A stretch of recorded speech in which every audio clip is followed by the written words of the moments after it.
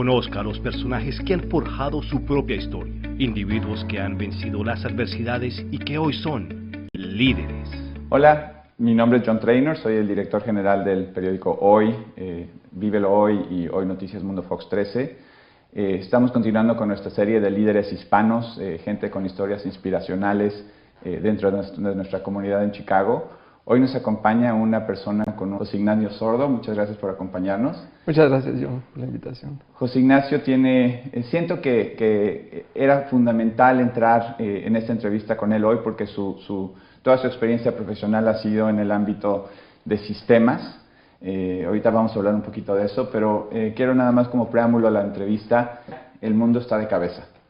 El líder en servicios de transporte como taxis no tiene ni un solo auto, Uber. El líder o la plataforma más popular en el mundo de contenidos, Facebook, no genera contenido. Exacto. Alibaba o Amazon no tienen inventario y son los comerciantes más grandes del mundo. Airbnb es otro ejemplo de no tienen un solo cuarto y rentan habitaciones en todo el mundo. Tu libro, muy puntual, The Uncomfortable CEO, que creo que se debe traducir como el líder incómodo o inconforme, es muy apropiado. Y yo creo que hoy en día no puede haber un líder que esté conforme con el mundo de cabeza. Entonces, por favor, platícanos un poquito de tu libro y dinos cuál fue la inspiración y danos así a nivel muy general qué podemos esperar cuando lo leamos. Bueno, muchas gracias. Mira, la realidad es que cuando yo decidí escribir ese libro era precisamente por esos unos problemas. O sea, si tú ves en cualquier industria, ya sea Estados Unidos, Europa o Asia, los empresarios invierten dinero en componentes de tecnología y invierten mucho dinero. La mitad de la inversión de capital de las empresas se dedican a cuestiones de tecnología. Dices, oye, es mucho dinero. Pero si le llegaras a preguntar a los empresarios cuál es el valor que la tecnología te da a tu negocio, muchos de los empresarios se te quedan mirando y dicen, ¿valor? No, pues no lo sé. Y dices, ¿cómo es posible que no sabes el valor de lo que estás haciendo con la tecnología? Y la realidad no es el problema de que los empresarios no tengan las habilidades de saberlo, sino el problema es que todo el componente de tecnología es como muy oscuro. Se vuelve una caja negra que no la comprendes muy bien. Precisamente porque la mayoría de los empresarios que hacen tecnología no lo explican de una manera laica, no lo explican de una manera sencilla. Entonces yo dije, oye, esta es la oportunidad, porque deberíamos de ponerlo más traslúcido para que los empresarios comprendan lo que es la inversión de tecnología. Y el ejemplo más claro es, si tú no sabes cuánto te va a costar una casa, aunque la casa vale $1,000,000, de entrada vas a decir que está muy cara. Pero si yo te dijera que la casa está cerca del lago y que tiene un aeropuerto y tiene una piscina, dices, es mucho dinero, pero vale la pena. Esa explicación de qué es la casa no se da en el ambiente de tecnología. La gente te dice, ¿quieres poner un sistema? Bueno, te va a costar $1,000,000. Dice, es mucho dinero. Pero nos ha costado mucho trabajo explicarte cuál es el beneficio de esa inversión de tecnología. Entonces yo lo que hice fue escribir un libro de una manera muy laica para que cualquier empresario comprenda el beneficio de la tecnología. Y bueno, y curiosamente cuando publiqué este libro tiene 123 páginas, que es una cuestión atípica. Un libro de tecnología, para una persona que quiera aprender tecnología vas a comprar un libro de 357 páginas y un diccionario para entender la mitad de las páginas. Claro. Entonces dije, no, vamos a hacerlo de una manera para que los empresarios o las empresarias lo comprendan.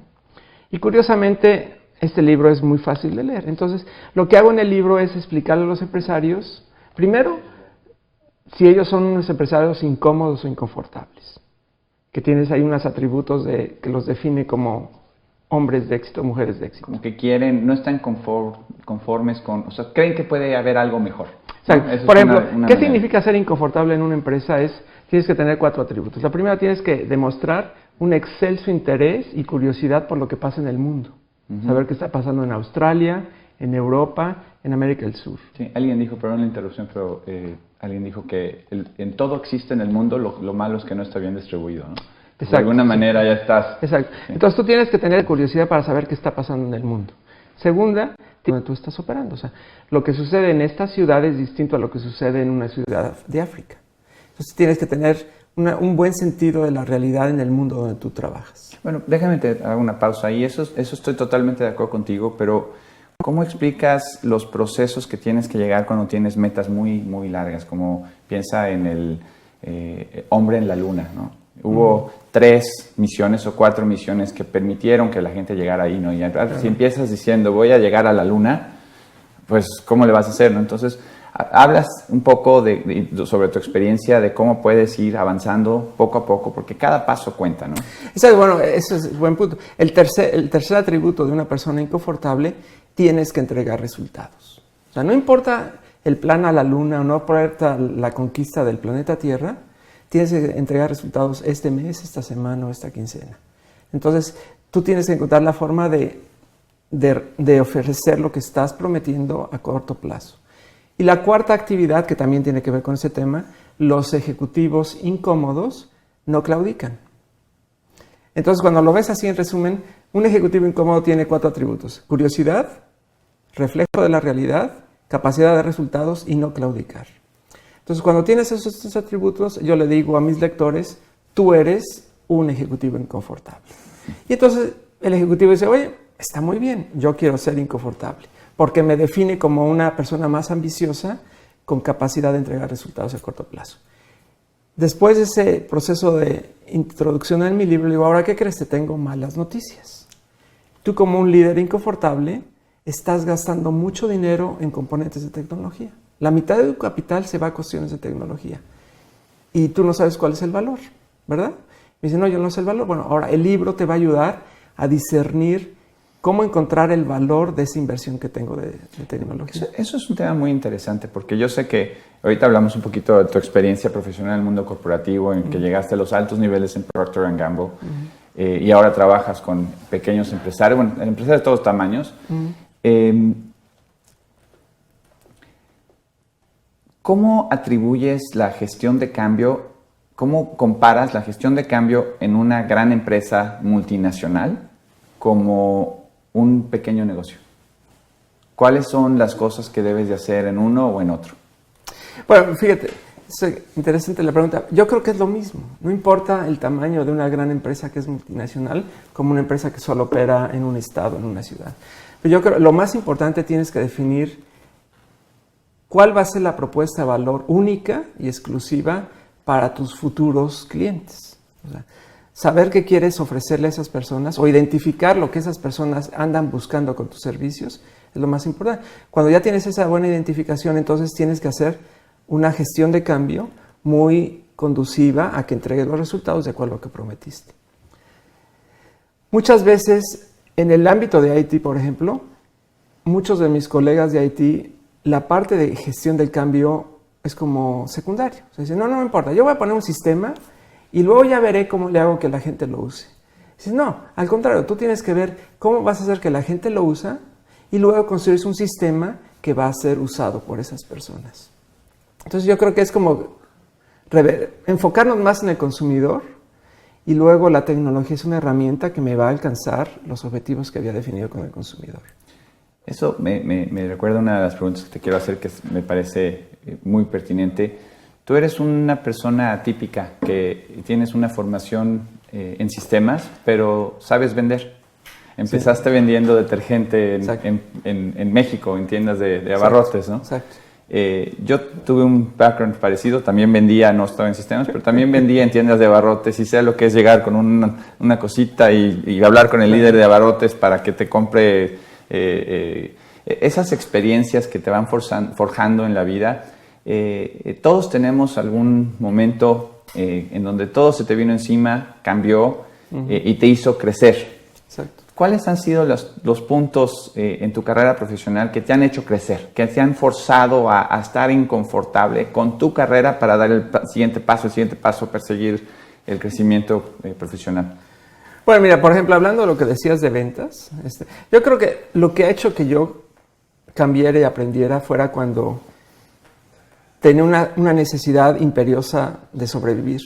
O sea, ¿qué pasó? Cuando yo terminé mi carrera hace 30 años en México, yo estudié la carrera en sistemas y una maestría en inteligencia artificial. Era así como muy sofisticado para esa época. Hace 30 años. Y yo quería trabajar en un centro de investigación tecnológica, pero la realidad en México no existía la capacidad de hacerlo. Entonces, mi necesidad era muy clara. Yo tenía que sobrevivir y pagar una deuda de la maestría y de la carrera. Entonces tenía que conseguir un trabajo. Y cuando empecé a buscar trabajo, pues dije, pues ya no va a haber centros de investigación, va a ser cualquier empresario. Curiosamente, Procter & Gamble, en ese momento, hace 30 años, me reclutó. Me dijo, mira, José Ignacio, queremos que trabajes con nosotros. Pasé el proceso de entrevistas, un proceso de 6 meses. Y al final, Procter me dijo, queremos ofrecerte trabajo. Y yo, muy bien. ¿De qué se trata el trabajo? Me dijeron, queremos que seas vendedor. Le digo, ¿qué? ¿Cómo crees? Y en esa época yo pensaba que ser vendedor era un trabajo deleznable. O sea, cualquier persona puede ser un vendedor. Y entonces, ¿para qué yo estudié? Entonces dije, ¿sabes qué? Te equivocaste, porque yo soy un ingeniero en sistemas. Y yo sé muchas cosas más importantes que vender. Pero la realidad yo no sabía lo que era el valor de la venta. Entonces, para no hacer la historia muy larga, me convencieron de que sería un buen trabajo comenzar de vendedor. Y entonces empecé a vender en un portafolios detergentes y pañales y shampoos en tiendas de abarrotes. Y lo que yo aprendí en ese proceso, aparte de saber vender, era que no importa lo bueno que eres tú, no importa lo bueno que son tus mercancías, si no las sabes vender, nadie las va a consumir. Y eso fue como un momento de inspiración, porque dije, entonces yo debería saber vender lo que yo hago. Y si yo voy a hacer sistemas, debería saber vender los sistemas para que mis clientes los compraran bien. ¿Cuántos años estuviste como vendedor? Mira, yo trabajé 25 años en Procter, de los cuales 12 años estuve vendiendo. Y después de vender, la compañía me invitó a pasar al departamento de sistemas. Y entonces yo lo que hice de estar en ventas a sistemas era ayudar a los empleados de sistemas a que vendiéramos nuestros servicios internamente.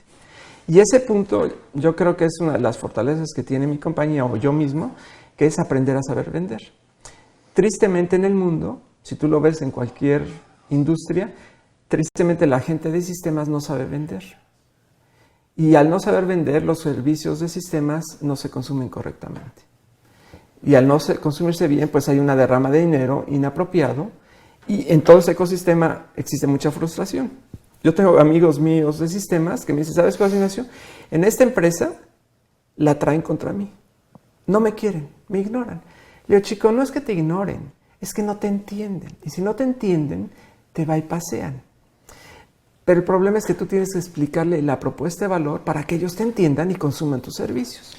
Y en un mundo que se guía por el retorno en la inversión es muy difícil medir. Muchas veces en esta misma empresa donde trabajo yo, es muy difícil poder valorar lo que es una imperativa de negocio para poder seguir sobreviviendo o una inversión para crecer, ¿no? Exacto. Entonces, ¿cómo le haces con ese tipo de compañías? Mira, lo primero, es bien difícil definirlo, pero al menos hay que reconocer que hay que definirlo. Lo que sucede muchas veces en las empresas, como es difícil, mejor no lo hacemos. Y entonces lanzas toda una estrategia de implementar sistemas que no tienen valor. Entonces, al contrario, es peor porque estás gastando dinero en cosas que no van a ser redituables en tu empresa. Entonces, lo que yo hago es tenemos una metodología donde te puedes dedicar, científicamente hablando, a encontrar el valor de lo que quieres cambiar. Y el valor no tiene que ser contablemente hablado, o sea, puede ser una cosa más emocional. O sea, yo le digo a mis clientes, ¿qué tan cerca está de tu corazoncito Haití? Me dice, lejísimos. Le digo, bueno, vamos a encontrar una forma de que esté más cerquita de tu corazón, donde tú digas, me late. Yo creo que esa inversión en tecnología está haciendo que mi empresa mejor. Pero ese me late ya conlleva que ya tienes cierta comprensión de lo que estás haciendo. Tristemente, en muchos empresarios no hay ni siquiera una comprensión. Entonces yo le digo, ¿y entonces por qué lo haces? No, pues todos lo hacen así. Le digo, el que todos lo hagan así no significa que es una razón de peso para que tú lo sigas ejecutando de esa manera.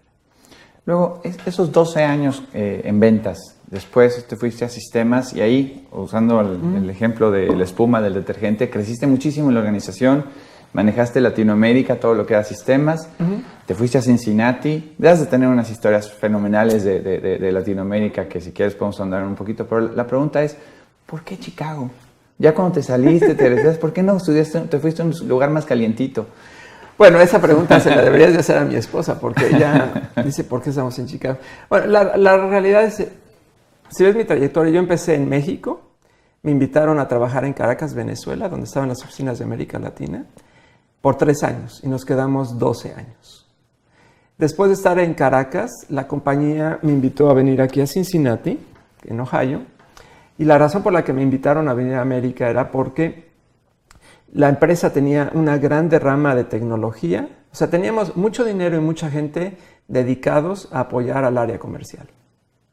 Sin embargo, aparte de ese dinero y gente y compromiso del Departamento de Sistemas, el área comercial decía que no los apoyábamos. Y entonces el director de sistemas decía, ¿cómo que no te apoyo? Si yo tengo dinero y gente. Y decía, no, es que lo que yo necesito tú no lo haces. Entonces había una desconexión entre las necesidades y la capacidad tecnológica. Y ambos ejecutivos me dijeron, ¿sabes qué? Yo quisiera que tú vengas a ayudarnos, que fueras como la bisagra que integra la estructura con el área comercial de sistemas. Y bueno, yo me vine a trabajar en eso. Efectivamente, las dos entidades tenían razón. Había mucho dinero, mucha gente, pero había falta de entendimiento de los procesos comerciales. Entonces yo lo hice. En esa época, para hacer ese proyecto, yo viajaba, para darles una idea, 85% de mi tiempo, a nivel mundial. Entonces era mucho viaje. Mundial. Mundial. Entonces yo me despertaba un día y decía, hoy estoy en Rusia. Ah, ok. No, es Brasil. O sea, se me desconectaba un poquito el chip. Viajaba muchísimo. Y si bien me gustaba mucho el trabajo, porque el trabajo sucede no en los headquarters, sino en donde está la acción en los mercados, pues sí tenía un costo humano muy fuerte, familiar. Entonces, en ese proceso, cuando ya teníamos 85% de viajes, yo pedí un break. Le dije a mis jefes, ¿saben qué? Llevo 25 años trabajando en Procter. Ahorita estoy viajando al 85% del ritmo. Quisiera tener un trabajo más enfocado al área comercial local. Y por alguna razón, en esa negociación, uno de mis jefes me dijo, no, el trabajo es el trabajo, tómalo, déjalo. Wow. Después de 25 años. Wow. Yo dije, wow, pues ¿qué crees? Lo voy a dejar porque... porque aparte de tener el 85% del viaje, estamos esperando a nuestro tercer hijo. Entonces le dije, ¿sabes qué? Pues lo voy a dejar porque voy a esperar, quiero estar más cerca de mi familia porque viene el tercer niño o el tercer bebé. Entonces yo tomé un paquete de retiro acelerado en Procter y me quedé en Cincinnati. Pero Cincinnati pues es una ciudad muy bonita, pero no hay muchas oportunidades de trabajo. Entonces una empresa de Chicago me invitó a venir aquí a Chicago. Me dijo, ven, vimos lo que haces, nos gustaría que trabajaras con nosotros. Entonces me vine con ellos aquí a Chicago. Y después de ese proceso yo me retiré de esa segunda empresa en Chicago y puse mi negocio de consultoría. Entonces algo leí que tienes 3 hijos. Tengo 3 hijos. 2 nacieron en Estados Unidos y 1 en Venezuela, ¿no? No, 2 nacimos, mi esposa y yo nacimos en México. Mis 2 hijos mayores nacieron en Venezuela y el tercero nació aquí en Estados Unidos. O sea que es una familia global. Ciudadanos del mundo. Exactamente, sí. De hecho, mi casa es como las Naciones Unidas, porque hay ciudadanos de muchos países. ¿Qué idioma hablan en casa? Hablamos español. ¿Español? Español. Sobre todo para el niño pequeño que nació aquí en Estados Unidos. Cuando entras al umbral de la casa, el idioma que se habla en la casa. ¿Y tus hijos? Yo acabo de pasar, tengo una hija de 10 que está escogiendo qué materias tomar el año que entra, porque ya tiene algunas opcionales, y me pidió consejos de qué hacer y le dije, pues esto de tecnología, esto de programación, aprende a hacer coding. Me imagino que en tu casa debe ser, o sea, ¿qué consejos das? ¿Qué les vas a recomendar a tus hijos que estudien? Bueno, es buena pregunta. Mi hijo estudia exactamente la antítesis de lo que yo hago. Él estudia ciencias sociales o economía. Él está en Nueva York. Pero el gran problema que pasa, él es un buen estudiante, pero el gran problema que pasa en Estados Unidos, y tal vez mi hijo es un buen ejemplo de eso, es la gente no quiere estudiar tecnología. Porque se crea esa ilusión de que como ya sabes hacer algo en PowerPoint o sabes hacer algo en un portal, sabes suficiente. Y yo creo que es una ilusión efímera. Deberíamos invertir en Estados Unidos con mayor capacidad del desarrollo de la tecnología. De hecho, yo trabajo aquí en Chicago en una asociación que se llama ITF, Illinois Technology Foundation, cuya misión es realmente crear esa convicción en los estudiantes de preparatoria de que estudiar en tecnología es valioso. Y es un problema. Tú ves las estadísticas de Estados Unidos y los chicos ya no están estudiando tecnología.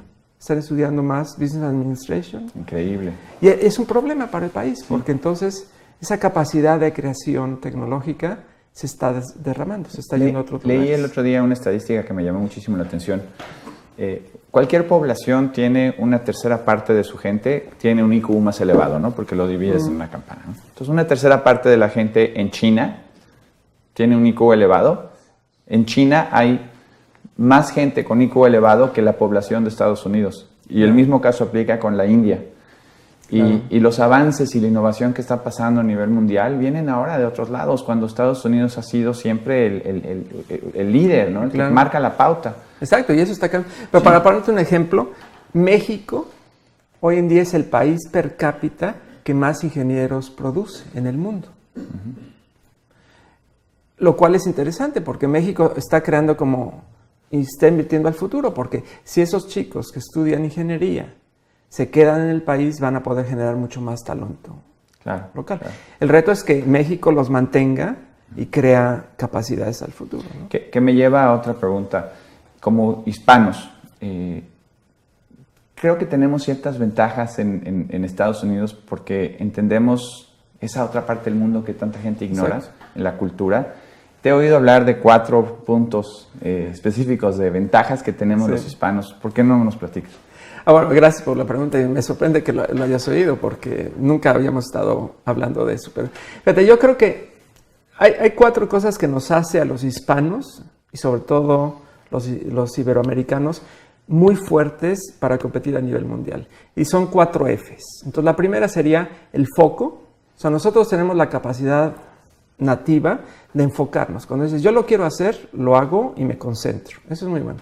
La segunda, tenemos la habilidad de forzar que las cosas pasen. O sea, los países, cuando deciden hacer una cosa, como que vuelcan toda esa energía y fuerzan que las cosas sucedan. Las empresas o las familias. Entonces, foco, forzar. La tercera, tenemos una cosa que nos hace mucho más fuertes, el sentido de frugalidad. Frugalidad en el sentido de que no se trata de hacerlo corriente, sino hacer las cosas con el menor mínimo de esfuerzo o el menor mínimo de recursos. Los latinos somos mucho más frugales. Y la cuarta, tenemos una capacidad de anticipar el futuro, o forecast. O sea, de anticipar que si sucede A y B, lo más probable es que suceda C. Entonces tenemos como una bolita de cristal que anticipamos el futuro y no nos caen muchas sorpresas de crisis, porque tenemos como esa cosa como incipiente.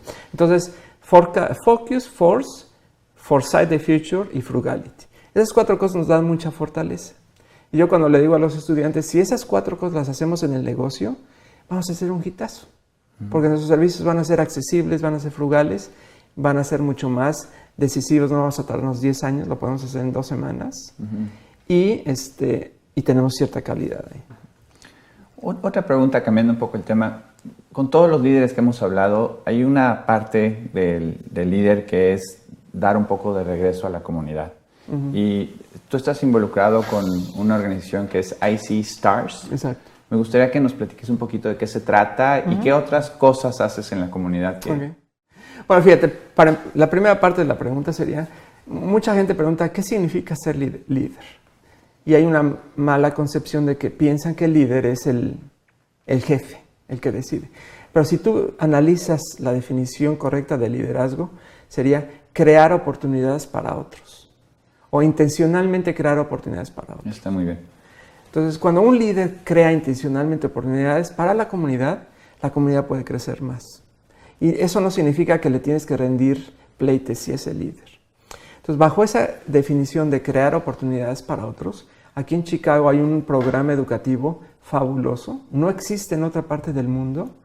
Es un programa donde reclutamos estudiantes que tienen el talento, pero no tienen el dinero, ni la capacidad ni el tiempo para ir a la universidad. Entonces, los reclutamos en 1000 horas de entrenamiento, les damos la capacidad básica para que consigan un trabajo bien remunerado en Chicago.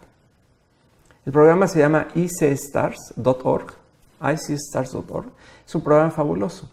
Les damos el componente de tecnología, luego los ponemos a trabajar y en la tarde les damos cierta exposición a los líderes de opinión de Chicago. Nuestro modelo es generar líderes sociales. O sea, reclutamos chicos que tienen el talento para ser líderes. Pero la realidad es que tú no vas a ser líder si no tienes trabajo. Entonces, bajo este modelo, el pretexto es conseguirte un trabajo para que sigas siendo líder. Y hoy en día en Chicago hemos creado como 800, 900 líderes que tienen un trabajo de tecnología. El programa es fabuloso porque rescatamos a chicos que si no tienen esa oportunidad, viven en zonas donde están la tentación pues, de comer actos ilícitos en vez de ser líderes que generan un fenómeno social en la comunidad. Sí, es muy valioso. Después de una trayectoria profesional como la que has tenido siendo un alto ejecutivo de un líder en la industria y ahora que tienes una práctica privada en donde das consultoría, ¿de dónde sacas inspiración para estar vigente? Porque la tecnología de hace 5 años ya es obsoleta, ¿no? Entonces, ¿cómo le haces para mantenerte al día ya estando fuera del mundo corporativo? ¿O es ahora más, estás más activo ahora que estás fuera que antes adentro? Yo creo que estoy más activo ahora. Porque en mi percepción, cuando trabajas en un mundo corporativo, tienes esa falsa ilusión de que el mundo corporativo va a proveerte. Pero cuando estás independiente no hay ninguna falsa ilusión, tú te tienes que proveer. Entonces tengo que encontrar los medios para ofrecer valor a mis posibles clientes. Y uno de los medios fue por decir escribir el libro. Dije, bueno, con ese libro puedo enseñarle a los empresarios una forma de mayor valía para usar la tecnología. Y bueno, el libro ha sido tan exitoso que ya tienes otro, ¿no? Exacto, ya tengo otro. de Leading with Strategic Thinking. Pues fíjate, es interesante. Ese libro lo publicaron 2 profesores de Northwestern, el profesor Olson y el profesor Simerson. La historia del libro es cuáles son aquellas tendencias de liderazgo que son estratégicas. Entonces, ellos definieron académicamente que había 4 tipos de liderazgos. El liderazgo o el líder innovador, el líder visionario, el líder cooperador y el líder directivo. Y en esos 4 ejemplos, ellos estaban buscando casos de la vida real que podrían manifestar esos atributos. Entonces, yo los conocí, comenzamos a charlar y me dijeron, mira, lo que tú hiciste en Procter, cuando trabajaste en América Latina, podría ser el caso de negocios que lo podríamos atribuir al liderazgo estratégico, al liderazgo directivo. Y, por ejemplo, es un buen ejemplo. Para darles una idea, Procter en su momento dado, hace 10 años, en 2005, decidió adquirir Gillette. Entonces son 2 empresas, una más grande que otra, pero querían fusionarlas. Bueno, la fusión, cuando haces una adquisición de ese tipo, típicamente las adquisiciones tardan 5, 7, 10 años. Y lo que sucede cuando estás 10 años y las empresas están integrándose, pues es una integración al infinito. O sea, 10 años es demasiado tiempo. Entonces, lo que quería hacer Procter es hacer una integración lo más rápido posible para que el enfoque de la empresa se enfocara realmente en las cosas importantes, que era la producción de mercancías de bienes de consumo. Entonces me dijeron, mira, vamos a integrar Gillette y tienes que hacerlo rápido y que funcione bien. Entonces, para darte una idea, eran 15 países, 47 entidades legales, 10 plantas, 10,000 empleados y todas las transacciones empresariales de una empresa, pasarlos a la otra empresa. Normalmente, en el mundo de los negocios, esas adquisiciones tardan 5 o 10 años. Nosotros lo hicimos en América Latina en 6 meses. 6 meses. 6 meses. Wow. Y funcionó. O sea, el primer día que los empleados llegaron a trabajar ya bajo auspiciados por Procter, tenías tu identidad digital, o sea, tu correo funcionaba, tu teléfono funcionaba, tu tarjeta de chequear funcionaba, todo. El primer día, en 15 países. Bueno, curiosamente, ese modelo lo replicamos a nivel mundial y a nivel mundial lo implementamos a la integración en 18 meses, que también es un récord mundial. Y cuando tú ves ahí la discusión de valor que decía hace rato, podrías contabilizar y decir, bueno, el valor de hacerlo más rápido me dio $5, 5 centavos. Pero más allá de eso, volviendo a la idea del corazoncito, tú haces una integración en 18 meses, le ganas a la competencia. La competencia apenas está despertando y va a decir, ah, caray, ya se fusionaron estas 2 empresas. Yo tengo otros casos, de hecho aquí en Chicago hay casos de historia, donde las fusiones tardan 5 o 10 años. O nunca se terminan de concluir. Yo tengo conocidos en unas empresas aquí en Chicago que se integraron en papel y después de 5 años ningún sistema está integrado. después de 5 años. Entonces, ¿te imaginas todo el valor que se está destruyendo? Porque tienes destruyendo valor si no lo logras hacer bien. Y bueno, una cosa es integrar los sistemas, pero la otra es la cultura, claro, que compagine, que adopten los sistemas, que eso ¿cómo lo logran? De hecho, fíjate, en el libro lo que contamos, el libro no cuenta de tecnología, el libro cuenta solo de aquellas habilidades de liderazgo que se manifestaron en una implementación, en un merge. Pero históricamente el 96% de los empleados de Gillette que se fusionaron con Procter siguen trabajando en la compañía. 96%, claro. Wow, eso. Y no nada más se quedaron en los mandos intermedios, sino algunos de ellos ascendieron a posiciones de gran estrategia en América Latina. ¿Por qué? Porque nosotros nos enfocamos en cuál es el valor que queremos crear, y pues el valor era fusionar las dos culturas y hacer una empresa mucho más fuerte y mucho más resiliente. Entonces, una de las cosas que hicimos era trabajar directamente en las personas y en cómo ayudarles a esas personas a que comprendieran la cultura de la compañía compradora de manera que se maximizara su valor al mismo tiempo. Entonces funcionó muy bien. Bueno, y cuando les conté esa historia a estos dos profesores me dijeron, oye, ese caso nos gusta mucho. Y entonces lo integraron en el libro como uno de los ejemplos. Fascinante. Yo no lo he leído, pero lo voy a leer ahora con lo que platicas. Ese libro lo lanzaron salió al mercado hace 2 semanas, entonces nuevecito. Lo voy a leer, lo voy a comprar. Déjame copia. Claro, claro que sí. Muy bien. Pues vamos a concluir muy pronto. La intención de estas series es inspirar actividad empresarial o entre jóvenes que estudien. ¿Qué consejo nos das a la gente que está en Pilsen, en Little Village, que están viendo esta entrevista ahora? ¿Qué futuro les espera en un mundo que está de cabeza como empezamos? ¿Qué consejo le das? Sé que practicas mucho con estudiantes y que estás muy involucrado, pero dame 3 consejos prácticos para la juventud, para salir adelante en el futuro. Bueno, yo creo que, a ver, si analizas el mundo, hay una definición que se creó en Estados Unidos hace unos 20 años que se llama VUCA. VUCA quiere decir, bueno, hay gente que dice, we are living in a VUCA world. Y VUCA quiere decir volátil, uncertain, changing and ambiguous. O sea, peor no puede ser. O sea, el mundo es volátil, incierto, cambiante y ambiguo. Pero es así el mundo. Entonces, tú no puedes ir en contra de la corriente y tratar de que sea el mundo estático, predecible y fácil de manejar. Entonces, lo que yo digo, la primera recomendación que le digo a la gente, tienes que reconocer que el mundo va a seguir cambiando. Los ejemplos que me decías al principio de Amazon y de Uber, pues son ejemplos de que el mundo está cambiando. Y hoy en día hay empresarios que quieren competir contra Uber usando modelos del pasado. Y dices, no, chico, el mundo ya cambió y si quieres competir, tienes que reflejar la realidad que es volátil, incierto, cambiante y ambiguo. Entonces, las 3 recomendaciones que yo le daría es, primero, tienen que ser inconfortables con la realidad. O sea, tienes que tener curiosidad, tienes que reflejar resultados, entender la realidad actual y no claudicar. Eso yo creo que es importantísimo. Si quieres vivir en un monte cómodo, pues el mundo cómodo va a fenecer. O sea, ya no existe. ¿Qué le pasó, por ejemplo, a los amigos de Kodak? Kodak, a final del siglo pasado, tenían el control absoluto de los medios digitales de fotografía.